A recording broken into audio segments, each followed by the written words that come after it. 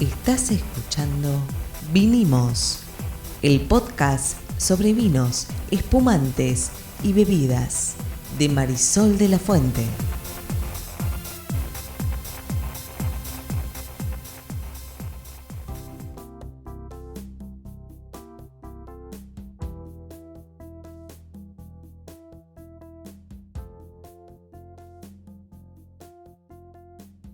Buenas, mi nombre es Marisol de la Fuente y soy sommelier. Y yo soy Ariel Torres y soy el que hace las preguntas del que no sabe en este podcast. Vamos a hablar hoy de qué cosa. De mi experiencia siendo jurado del Concurso Nacional de Vinos de Guarda 14. ¿Fuiste jurado de Guarda 14? Fui jurado de Guarda 14, fui jurado de un concurso de vinos, pero antes de meternos de lleno en esta experiencia personal, quiero poner un poquito de contexto. Y me parece bien. Como para explicar de qué se trata un concurso, por qué... Perdón, todo el mundo sabe lo que es un concurso. No, todo el mundo no sabe. ¿Cómo? Van un montón de vinos y dicen este es bueno, este es malo. Ya está, fin. Horrible, ¿No? horrible. ¿Es así? No necesariamente es así. Los concursos son para ver quién está bien, mejor que el otro o no.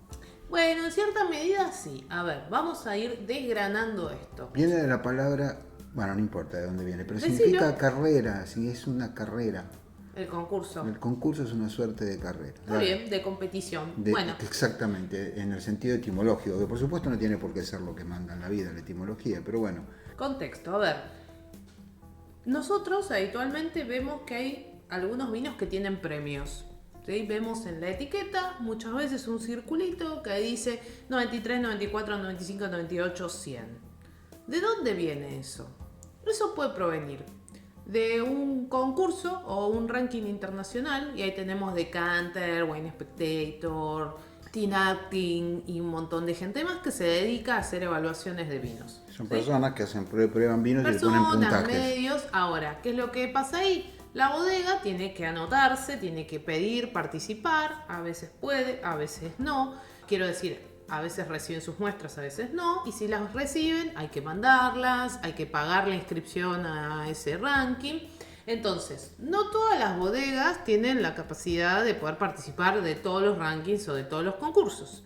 Además de esto, nos vamos a encontrar con concursos que son internacionales y concursos que son nacionales. Pero un cachito, quiero aclarar algo. Lo que vos Sí. querés decir es que el hecho de que un vino tenga un número en la etiqueta significa algo, pero el que no tenga no significa nada. Exactamente. Muy bien. Porque puede haber bodegas con excelentísimos vinos. Que no los pudieron mandar porque no tuvieron la guita o para no hacerlo. pudieron O no quisieron. Está bien, Hay bueno. bodegas que deciden no participar de ningún tipo de ranking. Lo que pasa es que vos estás moviendo dos variables ahí. Habría que allanar la cancha y decir, supongamos que todas las bodegas quieren mandar. Bueno, el hecho de que algunos tengan el número significa que pudieron y otras que o no pudieron o por un motivo X no quisieron. Generalmente una bodega que tiene exportación va a tratar de participar de rankings, sobre todo internacionales. ¿Por qué? Porque en muchos países, esto no ocurre en la Argentina ni en los consumidores ni en la compra generalmente, pero en muchos países los importadores se guían por estos rankings para tomar decisiones de compra de productos. Tiene sentido.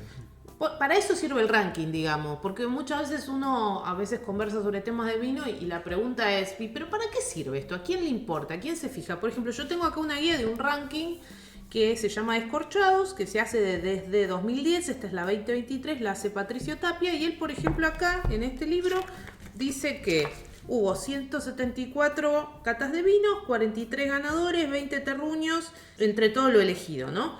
Esta es una guía que uno diría, bueno, es una guía, acá vos la estás viendo, regordita, ¿no? Un librito. ¿Quién va a mirar acá y ojear? Voy a hacer ruidito del librito. ¿Quién va a mirar acá todo lo que hay acá, uno por uno, a ver qué evaluó y qué puntaje pone? Bueno, Un importador. un importador es probable que lo mire, ¿sí? Ujú.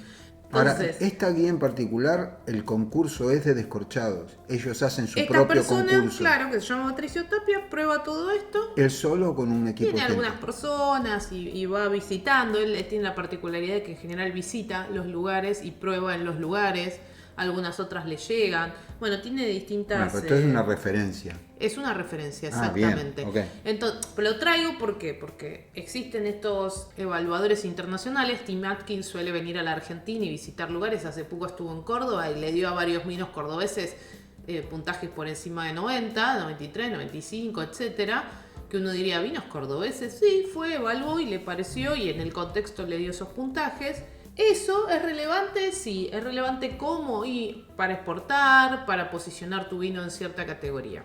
Después tenés las guías como esta, que hay unas cuantas, y después tenés como este concurso donde yo tuve la posibilidad de participar, que es el concurso nacional de Guarda 14, que es el espacio dentro del Diario Los Andes que se especializa en todo lo que tiene que ver con vinos. Diario Los Andes es el principal diario y medio de Mendoza, y en este concurso nacional que se está haciendo, este año se hizo por segunda vez, de nuevo, ¿qué se hizo? Una evaluación. ¿Cuál es el hilo conductor muchas veces en estas evaluaciones? Es que siempre es a ciegas. Esto quiere decir que cuando evaluás, vos tenés cierta información de lo que vas a probar, pero es una información limitada. No vas a saber quién es la bodega. No te vendan los ojos, digamos. Ya Claro, sabes que es un tinto, ya sabes que es un espumante. No te vendan los ojos. Pero Muy bien. voy a hablar específicamente de mi experiencia. Sí, me parece mejor. Porque, a ver, no todos los concursos son iguales, no todas las guías son iguales. Yo recién te decía que en este caso de el libro que tengo acá, la persona va a las bodegas, entonces hacerlo a ciegas ahí no tiene tanto sentido. Así que cada evaluación va a variar. Sí es cierto que hay parámetros internacionales para todos los concursos y voy a empezar por ahí con la nota de color. Me morí de frío. ¿Por qué? Porque hay una temperatura a la que tiene que estar la sala donde se hace la evaluación, Ah, mira, que es 21 grados. es poco. No sé si es poco o mucho. Es poco la Yo me temperatura. cagaría de frío. La temperatura que se considera ideal para el cuerpo humano es 24 grados. Una diferencia de 3 es un montón. Estamos a temperatura de cabache. ¿Por qué? Porque hay los concursos internacionales o los concursos en general tienen ciertas reglas. Y en este caso se siguieron reglas de evaluaciones internacionales. Una de ellas es que la sala de degustación tiene que estar a una determinada temperatura. Entonces, primera cuestión. En mi caso, voy a contar lo que me pasó a mí. Estaba en una mesa, éramos 6. Había que evaluar un par más de 380 y algo de muestras. ¿Ustedes solos en No, esa mesa? Pará. Éramos 54, 55 jueces. Uh-huh. ¿Cuál fue la forma de hacer la evaluación? Obviamente no tiene sentido que todos probáramos todas las muestras, por un tema de tiempos y demás. Así que se armaron grupos de a 6, 7 personas. Y cada mesa tenía un set de evaluación. Entonces, por ejemplo, en mi caso me tocó una primera tanda que eran todos espumosos, una segunda tanda que eran tintos, un break, una tercera tanda donde había blancos y rosados y una cuarta tanda de tintos. ¿Pero qué información yo tenía? La única información que tenía era la categoría de espumante, de tinto, de blanco, de rosado, con un código y el año. Era la única información con la que contábamos. ¿Por qué te daban el año?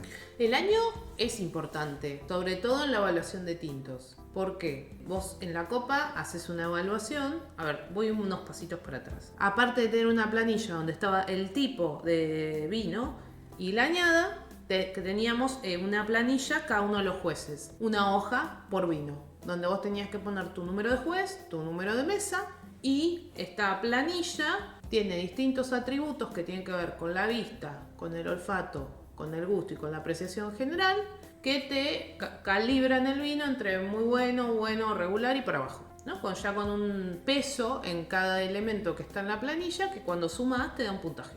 Nosotros sabíamos que entre 96 y 100 esto no lo dije antes, era para un premio gran oro, entre 90 y 95 para un oro y entre 85 y 90 para un plata. Entonces la categoría bueno, si sumamos todo, da 84. La añada es importante porque cuando vos haces la evaluación tenés el eje de estoy probando algo que tiene 6 años o estoy probando algo que tiene 1 año. Entonces los aromas, los sabores, los colores van a estar en relación con ese año. Porque vos no puedes evaluar con la misma vara algo que tiene un proceso de evolución, que encima vos en la hoja no sabés si es reserva, si es gran reserva, el tiempo de contacto en madera, el porcentaje que fue a la madera, no sabes nada, sabes solo el año. Entonces, saber el año te permite entender si ese vino está en un buen momento de evolución o incluso, como nos pasó, ya pasó su mejor momento o todavía está muy duro, ¿sí? El tanino todavía está golpeándote mucho en la boca y por ahí es porque es muy joven, no porque no está bien equilibrado. Ok, entendí. Entonces, el año te marca claramente una referencia para poder poner en tu cabeza qué es lo que estás probando. Y además también te va a hablar de no solo esas características, sino también de por qué estás sintiendo ciertos sabores o ciertos aromas que tienen que ver, por ejemplo, o con que es muy joven o con la evolución de ese vino. Ok. Te hago dos preguntas. La primera, ¿vos sentiste que estabas a la altura del desafío de hacer abrir juicio sobre algo que, nada, llevó un montón de laburo, años, inversión, etcétera? Digo, es difícil. Tuve la buena suerte de estar en una mesa rodeada de enólogos y enólogas. Había varias enólogas mujeres en mi mesa, con mucha conciencia de que estábamos evaluando algo que lleva trabajo. Imagínate que ellos hacen esto y varios de ellos tenían a sus propios vinos en alguna de las mesas en evaluación, por lo cual lo que estuvo muy bueno en la mesa que a mí me tocó, y eso me ayudó a sentirme más segura de mis percepciones. Yo tenía mis propias percepciones. Lo que hacíamos como ejercicio es cada uno marcaba en su planilla lo que consideraba de ese vino, y si había dudas, hacíamos como una apuesta en común, donde cada uno decía, a mí me pareció tal cosa o a mí me pareció tal otra, y eso ayudó como a afinar, y en mi caso me ayudó a aprender un montón de cosas que por ahí yo percibía, pero no sabía los motivos, y además a poder entender cómo es la visión de alguien que hace vino sobre lo que está sintiendo. Por lo cual me sentí súper segura, porque me pasó que lo que yo iba evaluando estaba alineado con lo que estaban evaluando los otros, los enólogos, que ya incluso muchos de ellos habían participado en otras actividades, en otros concursos. Y además me pasó esto, ¿no? de reforzar o confirmar que las percepciones que yo tengo habitualmente, no sé si la palabra son correctas, si no están alineadas con lo que siente alguien que está probando vino todo el tiempo, todos los días, ¿no? La otra pregunta que te iba a hacer es si después ustedes tuvieron, bueno, vos, pero todos, pudieron ver qué era lo que habían probado y lo que qué habían ganado. O sea, vos no tenés una manera de saber. No sabemos qué probamos. Digamos, en alguno de los casos ustedes le dieron un puntaje de gran oro a una... Sí, bueno, hubo, si no recuerdo mal el número, 18 gran oro. Solo el 30% de todos los vinos que participaban, de todas las etiquetas que participaban, iban a quedar premiados, ¿no? Ese era más o menos el porcentaje, un 30% de todos los que aplicaron. Entonces, nosotros tuvimos, por ejemplo, en nuestra mesa, pensá que empezamos a degustar a las 8 de la mañana y terminamos a las 2 de la tarde, ¿no? Eso iba a preguntarte después, pero dale, decime. Tuvimos en nuestra mesa, si no recuerdo mal, 4 o 5 granos que por puntaje entraban dentro de categoría gran oro. Lo que ocurre es que además después todos los gran oro de todas las mesas entraban en una tabla y en un ranking de acuerdo al puntaje, y entraban los primeros nada más. No, y además si no te dicen qué es lo que probaste, aunque le estén dando un grano, el premio en el escenario, un vino que estuvo en tu mesa, claro, vos no lo podés saber. No, y aparte lo que sí sucede es que el que organiza también te los arma por categorías. Entonces, por ejemplo, a nosotros nos tocaron algunos vinos, por ejemplo, tintos que pusimos como gran oro, pero era bastante marcado que teníamos muchos vinos jóvenes. Ok, ¿cuántos vinos seguidos probaron en el caso de que probaron más cantidad seguidos? Y, por ejemplo, desde que arrancamos hasta el primer break, habremos probado unos 10, 15 espumantes y unos 20... ¿Con qué intervalo entre uno y otro? No, uno atrás del otro. ¿Lo juzgan? Se toma, un número, tic, se pone el número, quedamos que en un puntaje total les queda tal, y sigue el que sigue. Pero digo, ni siquiera se enjuagan la boca, sí, nada. Sí, tomás agua todo el tiempo. Okay. Y ahí por ahí, para que se entienda la dinámica para los que nos están escuchando. En la mesa hay alguien que oficia como de coordinador de la mesa. Entonces todos completamos nuestra ficha, ponemos nuestro puntaje, firmamos y le damos nuestra hojita al que coordina. Y el que coordina, esto no era necesario hacerlo, pero lo hacíamos para tener una referencia a nosotros de cómo venían nuestras evaluaciones. Uno de los chicos agarraba y sumaba todos los puntajes y sacaba el promedio, y nos íbamos anotando el promedio, como para tener idea de cómo estaban dando los puntajes en nuestra mesa.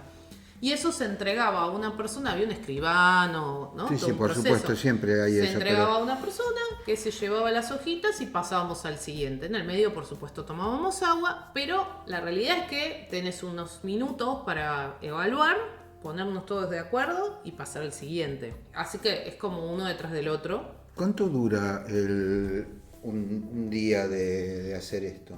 ¿Desde qué hora hasta qué hora? Nosotros en este caso estuvimos desde las 8 de la mañana más o menos, minuto más, minuto menos, hasta las 2 de la tarde.